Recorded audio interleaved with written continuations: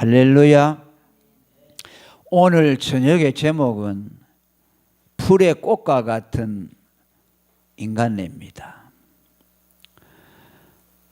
오늘 읽은 말씀의 15절에 보면 인생은 그 날이 풀과 같으며 그 영화가 들의 꽃과 같다고 말합니다.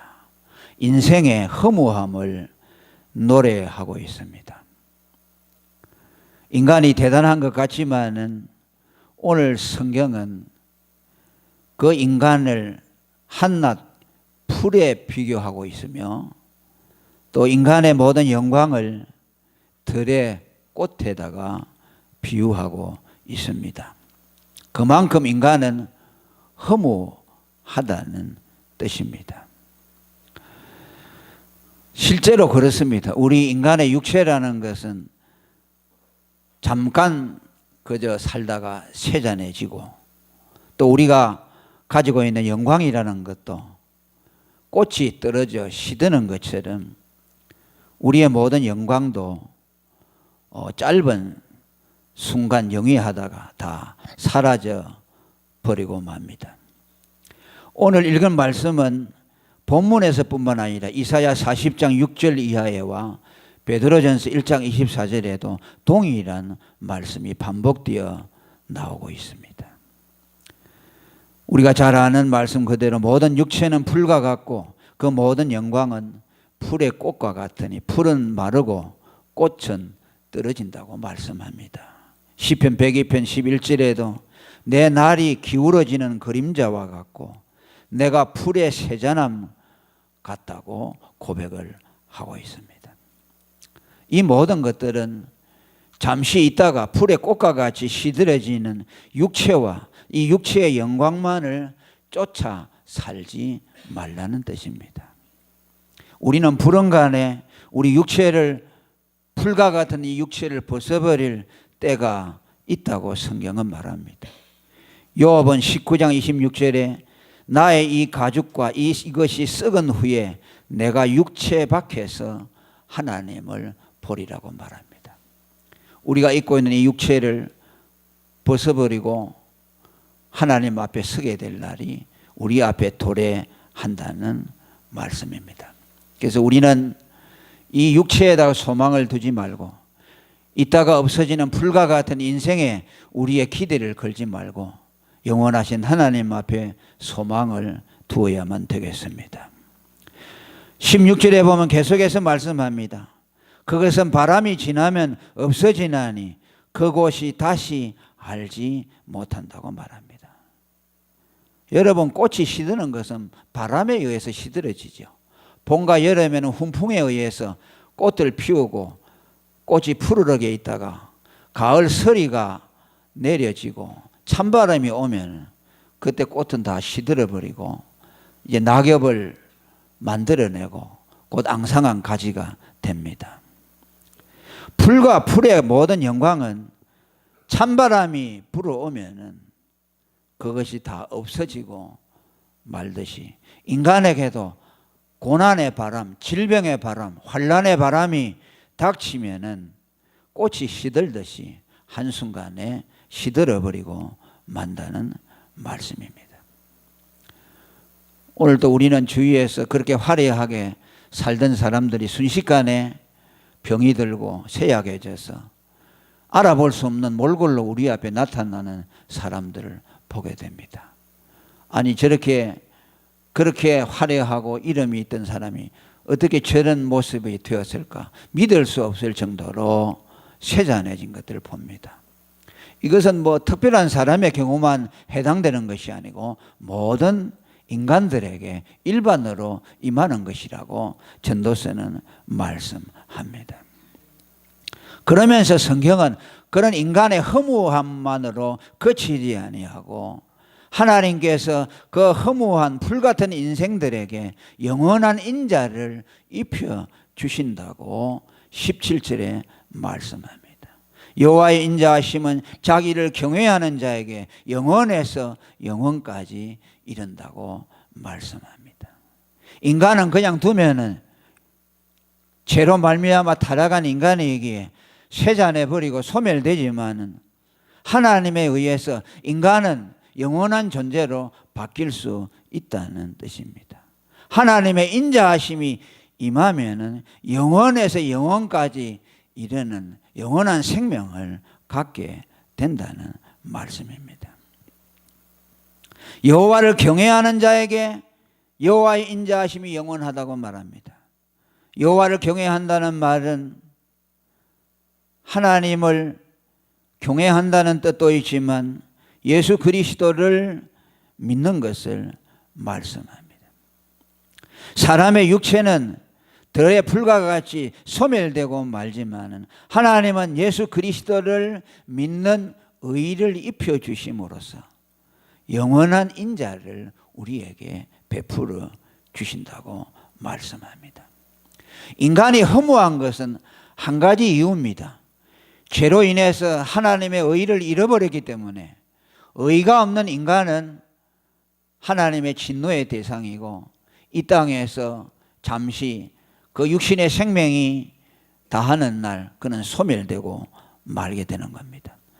그러한 인간들에게 하나님은 그의 의를 입혀주시는 것을 통해서 우리에게 영원에서 영원에 이르도록 영원한 생명을 부어주신다고 말씀합니다. 하나님이 인간을 영원한 생명으로 입혀주시는 것은 오직 그의 의를 주심을 통해서 가능합니다. 시편 119편 142절에 주의 의는 영원한 의라고 말씀합니다. 하나님이 영원하신 것은 그분의 의가 영원하시기 때문입니다. 이사야 51장 8절에도 인간은 옷같이 조맥에 먹힐 것이며 그들은 양털같이 벌레에게 먹힐 것이로되 나의 의는 영원히 있겠고 나의 구원은 세세에 미치리라고 말씀합니다. 이 영원한 하나님의 의를 여호와를 경외하는 자에게 입혀 주신다는 말씀입니다. 할렐루야. 꼭 그리스도를 믿는 자들에게 하나님의 의를 입혀 주심으로 그 허무한 인간을 허무하지 않도록 만들어 주신다는 뜻입니다. 디도서 3장 7절에 저의 은혜를 힘입어 의롭다 하심으로도 영원한 생명의 소망을 얻게 되었다고 바울 사도는 말씀합니다. 로마서 3장 24절에도 그리스도 예수 안에 있는 구속으로 말미암아 하나님의 은혜로 값없이 우리에게 의를 입혀 주심으로 영원한 존재로 만들어 주셨다고 말씀합니다. 할렐루야. 오늘 예수를 믿는 우리에게 이런 영원한 하나님의 인자가 입혀졌다는 것을 믿으시기를 바랍니다. 예수를 믿는 사람에게는 하나님의 영원한 의를 입혀주셔서 그의 생명이 영원히 존속되도록 하셨습니다. 뿐만 아니라 그 자신과 더불어 그의 후손에게도 그 영원한 의가 미치도록 해주신다고 17절에 계속해서 말씀합니다. 그의 의는 자손에게 미치리니 곧 그 언약을 지키고 그 법도를 기억하여 행하는 자에게 그렇게 하신다고 말씀합니다. 예수 믿는 사람에게 하나님의 영원한 의가 입혀질 뿐더러 그 예수 믿는 사람의 후손들까지도 하나님이 영원한 의를 입혀주신다는 말씀입니다.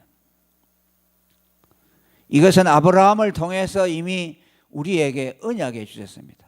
하나님은 아브라함에게 믿음으로 의롭다함을 받는 복을 주시고 아브라함뿐만 아니라 아브라함의 후손들에게도 아브라함과 같은 복을 주신다고 말씀했습니다. 그것은 곧 아브라함이 의롭다함을 받는 그 복의 원리를 그대로 적용시켜서 하신다는 말씀입니다. 아브라함이 하나님을 믿음으로 그 믿음이 의로 여기심을 받았다 한 것 같이 아브라함과 같은 믿음을 가진 자들에게는 아브라함의 복을 주어서 영원한 의를 상속받게 해 주신다는 뜻입니다. 아멘. 그러니까 오늘 우리는 아브라함의 복에 참여한 자들이에요. 할렐루야. 어떻게? 아브라함이 믿음으로 하나님의 복을 받은 것처럼 우리들도 아브라함 같은 믿음을 가지면 아브라함이 받았던 그 복을 똑같이 받게 된다. 그래서 오늘 우리가 예수를 믿고 의롭다함을 받는 것은 하나님이 아브라함에게 약속한 그 약속의 성취입니다. 네가 나를 믿어서 의롭다함을 받았으니 그 복이 네 후손에게도 그대로 미치리라고 하신 하나님의 약속이 오늘 유효하게 우리에게 적용이 되어서 우리들도 아브라함의 믿음을 가지면 아브라함의 복에 참여하게 된다는 말씀입니다. 할렐루야. 그런데 여기서 문제가 있어요. 우리가 예수를 믿음으로 하나님의 복을 받는데 내 한 사람이 그저 예수를 잘 믿기만 하면 내 후손들이 저절로 복을 받고 그들도 예수를 저절로 잘 믿어서 복을 받게 된다는 것은 아니라는 뜻입니다. 내가 예수를 믿어 복을 받은 것처럼 내가 받은 하나님의 복이 우리 자손들에게 그대로 유산되려고 상속되려고 하면은 내가 하나님을 믿었던 그 믿음을 나의 후손들도 그대로 가져야 한다는 뜻입니다. 부모가 아무리 예수를 믿고 잘 믿어도 자식들이 예수를 믿지 아니하면 부모가 받았던 복을 자손이 받을 수가 없어요. 우리는 유아 세례를 믿는 사람들입니다. 유아 세례를 받을 때에 그 부모가 아이를 안고 나와서 세례를 주죠. 어떻게 세례를 줍니까? 그 부모의 믿음을 보고 그 믿음에 언약한 하나님의 축복이 그 아이에게도 그대로 전달될 것을 믿습니다. 그래서 그 아이가 세례를 받고 어렸을 때 죽는다면은 그 부모의 믿음 때문에 그 아이는 구원을 얻는다고 우리는 믿습니다. 그런데 그 어머니가 자식을 위해서 대신해서 언약하죠. 뭐라고 합니까? 이 아이가 당신의 믿음을 통해서 구원에 참여하게 되는데 당신이 해야 될 일이 있다. 무엇이냐? 이 아이에게 부지런히 믿음의 도를 가르쳐야 한다고 목사 앞에서 약속을 하는 겁니다. 만일 그 아이가 자라나서 믿음을 고백하지 아니한다면은 그가 스스로 판단하고 믿음을 가질 수 있는 성년이 되었어도 그리스도를 주로 영접하지 아니한다면은 부모가 단지 믿었다고 해서 그 아이는 믿음이 없는데도 구원을 받는다고 생각할 수가 없다는 말씀입니다. 하나님이 아브라함에게 약속합니다. 내가 너에게 복을 주는데 네가 믿음으로 복을 받았다. 네 자손들도 네 믿음의 복에 참여하게 될 것인데 그러면서 단서를 하나 붙입니다. 너가 그랬듯이 네 자손들도 부지런히 믿음의 도를 가르쳐서 하나님의 말씀을 순종하도록 가르치라고 말합니다. 그러면은 네가 내게 받았던 그 복을 네 자손들이 그대로 받을 것이라고 주님이 약속하셨습니다. 할렐루야. 창세기 17장 8절에 보면 하나님이 가나안 땅을 약속하시면서 너와 내 후손에게 너의 우구하는 땅 곧 가나안 일경으로 주어 영원한 기업이 되게 하고 나는 그들의 하나님이 되리라. 그리고 9절에 계속 말합니다. 하나님이 또 아브라함에게 이르시되 그런즉 너는 내 언약을 지키고 또 내 후손도 대대로 지키라고 말합니다. 너만 지킬 것이 아니라 내 후손도 언약을 지키라는 것 말이에요. 네가 아무리 잘 믿어도 네 후손이 나와 세운 언약, 믿음의 언약을 지키지 아니하면 가나안의 약속은 그에게 무효하다는 것을 말씀합니다. 자녀 교육에 대한 중요성을 말씀합니다. 오늘 부모들이 자녀들의 교육, 신앙교육에 실패하는 것이 무엇입니까? 자기들 혼자만 예수 잘 믿고 그저 기도 열심히 하는데 자녀들에게 교육을 시키지 않아요. 그들이 어렸을 때는 부모의 슬하에 있을 때는 부모에게 코가 끼어서 교회 나가요. 그러나 그들이요 성년이 되고 자기 혼자 독립적인 인격이 되면요, 믿음 없는 아이는 안 나갑니다. 그때 비로소 그 아이의 믿음의 참과 거짓의 분별이 됩니다. 저는 군대에 가서 평소에 세상에서 예수를 열심히 믿던 아이들이 교회 안 나가고 심지어 배교까지 하는 것을 저는 보았습니다. 성가대 지휘도 하고 교회에서 열심히 봉사하고 교사도 하는 사람이 군대에 와서는 주일도 안 지키는 거야. 신앙생활하고 빠이빠이 하는 거야. 왜? 그때 옆에 사람들의 눈이 있고 간섭하는 사람들이 있고 부모의 간섭이 있으니까 그저 체면 치료로 나가는 겁니다. 그러나 그가 아무도 없는 곳에 가서 단독자로 하나님 앞에 설 수 있는 믿음이 있느냐? 없는 사람은 믿음을 지켜나갈 수가 없어요.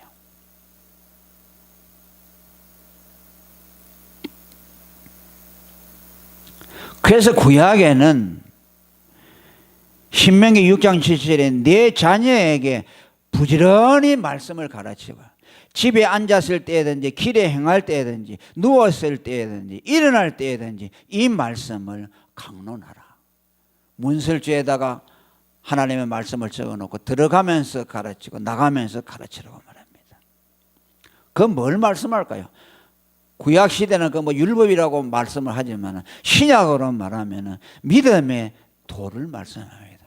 예수가 우리 죄를 위해서 죽으신 하나님의 아들이라는 것을 앉았을 때도 가르쳐야 되고 서 있을 때도 가르치고 그 아이와 길을 갈 때도 끊임없이 예수가 네 죄를 위해서 죽었다. 예수가 사람의 몸을 입고 오신 하나님의 아들이라는 것. 그 예수를 믿으면 구원을 얻고 죄사함을 받는다는 것을 끊임없이 아이들에게 가르쳐야 돼요. 그러면 네가 예수를 믿고 믿음을 지킴으로 영원한 의의 인자를 입었던 것처럼 그 아이들도 너와 같은 믿음을 가짐으로 하나님의 영원한 인자에 참여하게 된다는 것을 말씀합니다. 할렐루야. 하나님의 인자는 반드시 그리스도를 통해서 오거든요. 하나님이 우리를 어렵다는 것은 반드시 그리스도를 믿음으로 오기 때문에 그리스도에 대한 믿음을 가르치지 아니하고는 하나님의 영원한 인자를 입을 길이 없다는 말씀입니다. 그래서 우리는 이것을 가르쳐야 되고 또 우리 자신이 이 믿음을 우리는 숨질 때까지 지켜나가야 할 것입니다. 그 다음에 하나님이 만유의 통치자 되심을 우리에게 말씀합니다. 인간은 불과 같이 연약하지만은 그냥 허무할 수 없는 것은 하나님이 만유의 통치자가 되어 주시기 때문에 그의 영혼과 육체를 책임져 주시고 그의 영원한 주권과 권세로서 그의 영혼을 보존해 주시고 영원한 생명으로 이끌어 주시는 하나님의 주권적인 통치가 있기 때문에 우리는 허무하지 않을 수가 있다는 말씀입니다. 19절에 보면 여호와께서 그 보좌를 하늘에 세우시고 그 정권으로 만유를 통치하신다고 말씀합니다. 만유라는 말은 우주 만물, 이 세상에 있는 모든 만상들을 가리킵니다. 하나님은 하늘에서 하늘 보좌에 앉으셔서 자신의 주권대로 모든 만유의 피조물들을 통치하신다는 말씀입니다. 세상의 왕들, 임금들, 대통령들은 조그마한 뭐 나라 이렇게 지구 모퉁이 하나 그거 가지고 통치하죠. 뭐 미국이 크다고 하지만 미국도 조그마한 그 대륙의 한 부분을 통치하는 것이죠. 그렇잖아요. 그런데 하나님은 어떤 분입니까? 5대주 6대양, 아니 온 우주 만물을 전부 하나님이 통치하셔요. 그래서 뭐라 합니까? 이 세상의 왕들은 그냥 왕이라고 하고 하나님은 만왕의 왕이라고 말씀합니다. 이 세상의 왕들은 옛날 말로 하면 분봉왕과 같아요. 총독과 같아요. 그렇죠? 이스라엘 시대 때 로마의 총독이 있죠. 왕이 본래 왕이 있고 총독들 그저 지역을 주어서 이스라엘을 통치하고 뭐 어디를 통치하고 이렇게 해서 그 분봉왕이죠. 작은 왕들이죠. 그들은 전부 자기보다 더 높은 황제의 명령에 복종하는 거죠. 이 세상이 인간들이 권세를 가지고 뭐 통치를 하지만은 그건요 하나님이 그들에게 조그마한 한 부분을 그 권세를 위임해서 통치하도록 한 것이죠. 그러니까 아무것도 아니죠. 그러니까 하나님이 그들을 세우기도 하시고 피하기도 한다 그랬어요. 그들이 하나님 마음에 들면은 그저 좀 세웠다가 하나님 반역하고 잘못하면 하나님이 다 바꿔버리죠. 느부갓네살 왕도 그러죠. 느부갓네살이 세계의 정복자였지만은 그가 하나님 앞에 망령되이 행하니까 그를 왕위에서 쫓아내버렸어요. 하나님이 쫓아냈다 그랬어요. 그래서 독수리처럼 바깥에 들판에서 정신이 이상이 되어가지고서 독수리같이 발톱을 이렇게 길어가지고서 아주 머리도 이렇게 길러가지고서 짐승과 같이 살다가 종말을 구했어요. 대제국의 왕을 하나님이 그렇게 만들었어요. 그러니까 인간이 하나님을 두려워하지 않으면 그러죠. 그게 뭐 세계 정복자들이 오고 오는 정복들 얼마나 많았어요. 애굽의 바로왕을 위시해서 바벨론, 또 파사, 또 헤롯, 헬라, 로마 얼마나 세계 정복자들이 많았습니까? 그들이 연구했습니까? 그냥 조금 통치하다가 하나님이 다 갈아치워 버렸죠. 궁극적인 통치자는 하나님이시죠.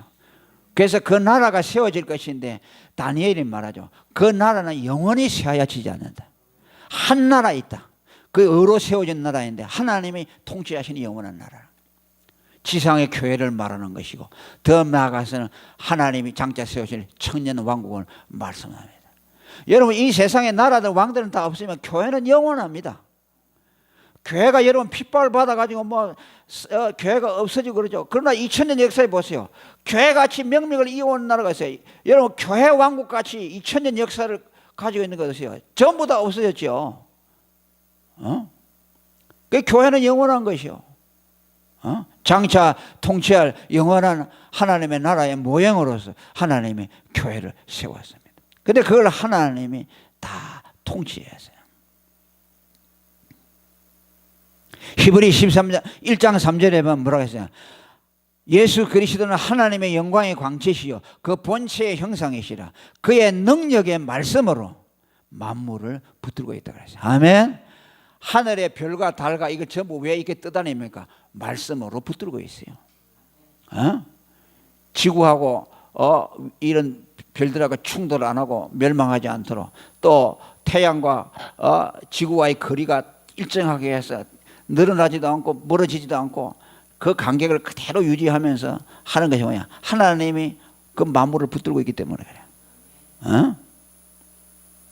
온도가 여러분 2도만 올라가면요, 3도만 올라가면요, 이 지구는 더 이상 못 살게 돼요. 갑자기 3도만 올라가면. 지금 북극에 1.5도, 0.5도만 올라간다 그래서 지금 그 얼음이 녹아내린다 그러잖아요. 그러니까 하나님이 붙들고 있어요. 오늘 우리 개개인의 생명도 뭐라 그랬어요? 우리가 그를 힘입어 살며 기동한다 그랬어요. 사도행전 17장 28절. 우리가 건강해서 사는 게 아니라 하나님이 우리에게 살 수 있는 힘을 준다 그랬어요. 할렐루야. 그를 힘입어서 기동하고 그가 우리의 코에 호흡을 주어서 그 호흡으로 살게 한다고 말하죠. 하나님이 하시오. 하나님이. 우리 자행도 지금 금방 며칠 사이에 길에 가다가 교통사고 나가지고 지금 병원에 중환자실에 있어요. 내가 아주 그냥 어떻게 될지 몰라요. 중환자실에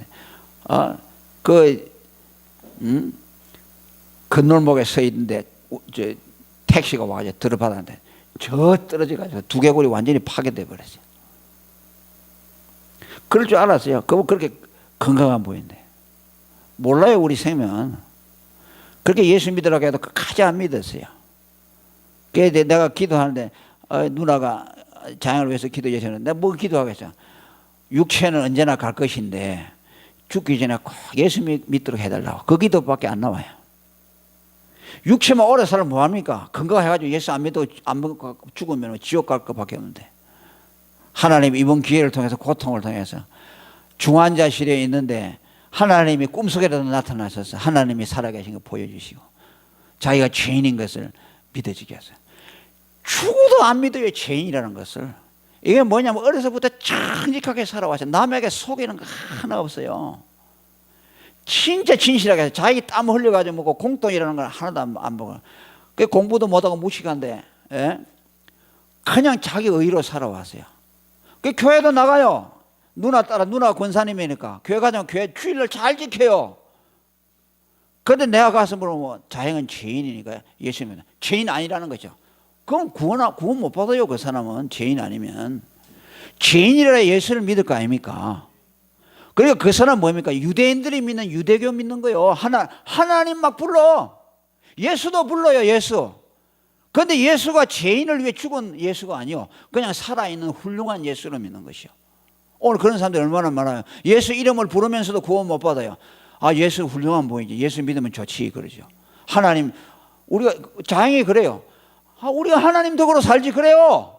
기가 막힐 것도 아니요. 설교는 들은 것이 있어가지고 또 옛날부터 이 미신을 믿어가지고 뭔가 누가 도와준다는 걸 믿는 거예요. 인간이 자기 힘으로 못 산다는 것은 어려서부터 알고 있어요. 그런데 죄인은 안 믿어요. 내가 왜 죄인이라는 거냐? 그럼 100% 지옥 가는 거죠. 교회 다니면서 지옥 가는 사람들이 많아요. 예수 안 믿으면, 그 삼위일체 하나님을 안 믿으면 그건 유대교도들 믿는 거하고 똑같아요. 이슬람 교도들 믿는 거하고 똑같아요. 그거 믿어가지고 구원 못 받아요. 그 여호와의 증인들이 그렇게 믿잖아요. 신천지가 그렇게 믿잖아요. 하나님의 교회가 그렇게 믿어요. 예수를 하나님을 안 믿어요. 예수가 십자가에서 우리 죄를 담당하고 죽었다는 것도 믿어요. 그런데 하나님이 아니라는 것이죠. 기가 막힐 노릇이죠. 예수가 십자가를 짓다는 건 믿어요. 그런데 하나님은 아니라는 것이요. 은혜까지 접근했어요. 거의 목적까지 갔잖아요. 조금 달라요. 그러니까 성경을 정확하게 아는 것이 얼마나 중요한지 몰라요. 그러니까 하나님이 사람의 몸을 입고 와서 십자가에 죽었다는 거, 이건 성령으로만 믿습니다. 하나님이 거듭나게 해서 그 마음을 확 뒤집어 놓은 사람만, 그 마음이 깨어져버리고 자기가 죄인이라는 것을 믿는 사람만 예수가 하나님의 아들이라는 것을 믿는 겁니다. 하나님에게 우리의 생명이 달려있고, 또 뭐라 그랬어요? 참새 한 마리가 땅에 떨어지는 것도 뭐라 그랬어요? 하나님의 허락 없이 안 된다고 했어요. 모든 것이 하나님의 주권으로 되는 것이요. 하나님이 살고 죽게 하는 거예요. 참새 한 마리가 죽는 것도 하나님이 간섭한다면 사람이 죽고 사는 거, 그거 하나님이 안 하겠어요? 다 하나님이 하시죠. 그리고 하나님은 우리의 모든 만물과 더불어서 교회와 연결시켜서 항상 말합니다. 에베소 1장 22절에 보니까 교회를 만물 위에 예수님을 교회의 머리를 두시다 그래요. 만물이고 그 위에 교회가 있고 교회의 머리를 예수님이 줬다. 그 예수님이 교회의 머리고, 그죠? 교회는 뭐야? 만물 위에 있다 그러죠. 그 교회는 어떤 것인가? 만물보다 위에 있는 것이요. 교회가 보잘것 없죠. 세상의 모든 정치, 경제, 문화, 과학이 세상에 아주 꽉 차가니까 세상이 대단한 것 같고, 교회라는 것은 초라하기 짝이 없죠. 반석교회, 이게 아무것도 없는 거죠. 그런데 이 교회가 세상의 그 모든 것 위에 있다는 것이요. 자, 이것을 이제 중세교회는 잘못 오도해가지고 뭐랍니까? 교회가 정치 권력을 가지고 세상을 지배해야 된다. 이렇게 또 이걸 왜곡시켰어요. 그러니까 중세교회는 뭐야? 정치 권력을 가지고 있어요.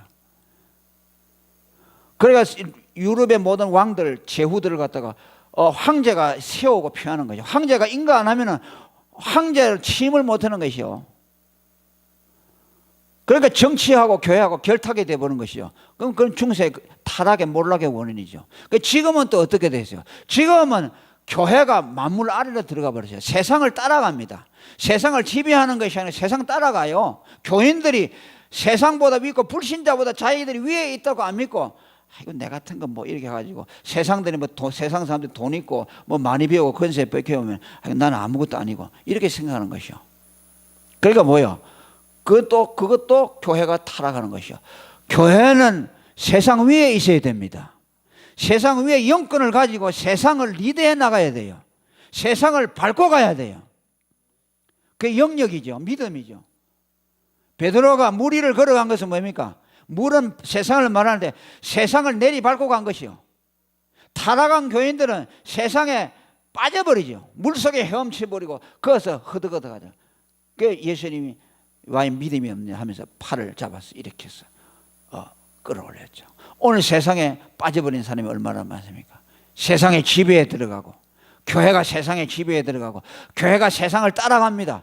세상의 유행을 따라가고, 교회가 세상의 가치관을 따라갑니다. 그래서 종교다원주의를 흐르고 세상 사람들이 좋아하는 거, 그 사람들 비율을 맞추려고 해요. 교회가 너 잘못됐으니까 세상 사람들이 교회 와서 들고 교회의 가르침을 받아야 된다, 이렇게 안 해요. 왜? 안 따라오니까. 교회가 이제 세상에 맞춰가요. 그게 타락이죠. 세속화죠. 그럼 뭐요? 교회는 능력이 없죠. 오늘 세상하고 구별이 안 되죠. 그럼 뭐가 되겠어요?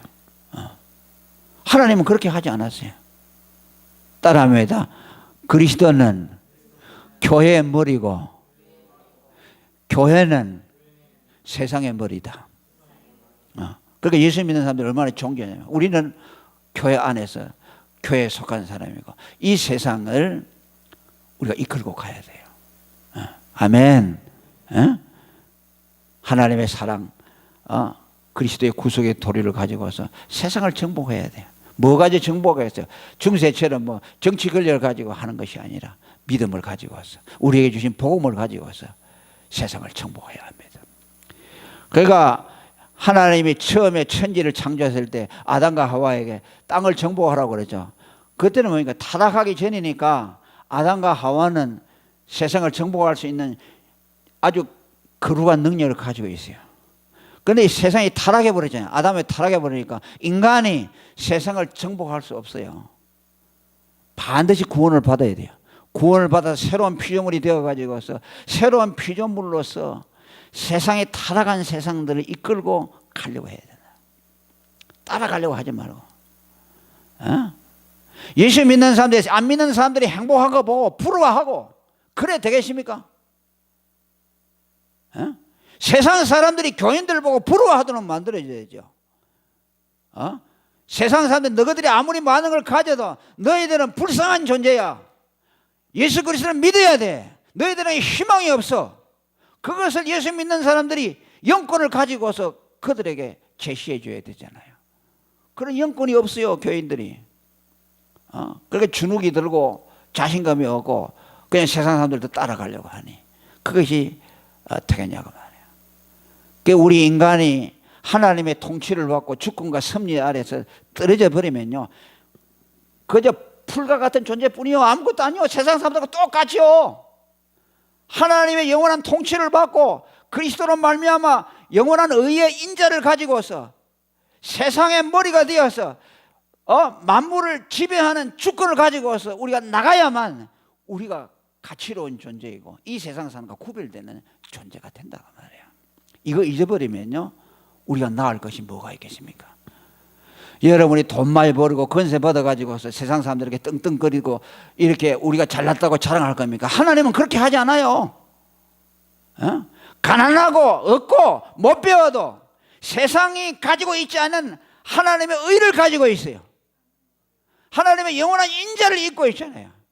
그걸 가지고서 세상 사람들에게 보여줘야 돼요. 아니 저 사람은 돈도 없고 예수쟁이가 아무것도 안 가졌는데 뭔가 자신감이 있고 우리가 가지고 있지 않는 뭔가 이상한 것이 있다, 기쁨이 있다, 그걸 보여줘야 되잖아요. 그것이 세상을 이기는 사람이죠. 맨날 기가 죽어가지고 그냥 그렇게 살아가셔서 그 무슨 우리가 세상의 풀과 같이 그런 육체적인 존재와 다를 것이 뭐가 있냐고 말이에요. 오늘도 하나님의 이런 경륜을 우리가 깨닫고 하나님의 영원한 의의 인자를 우리에게 베풀어 주시고 오늘도 교회를 만물의 머리 위에 우리에게 주셔서 오늘 이 거룩한 이 교회라는 그리스도의 몸이 되어서 이 세상을 향해서 우리가 말할 수 있는 것이 있어야 돼요. 통치하고 지배할 수 있는 그 영권을 우리 모두가 가질 수 있기를 바랍니다. 하나님이 우리에게 이것을 주신다는 거 꼭 기억하시기를 축원합니다. 통성으로 기도하겠습니다.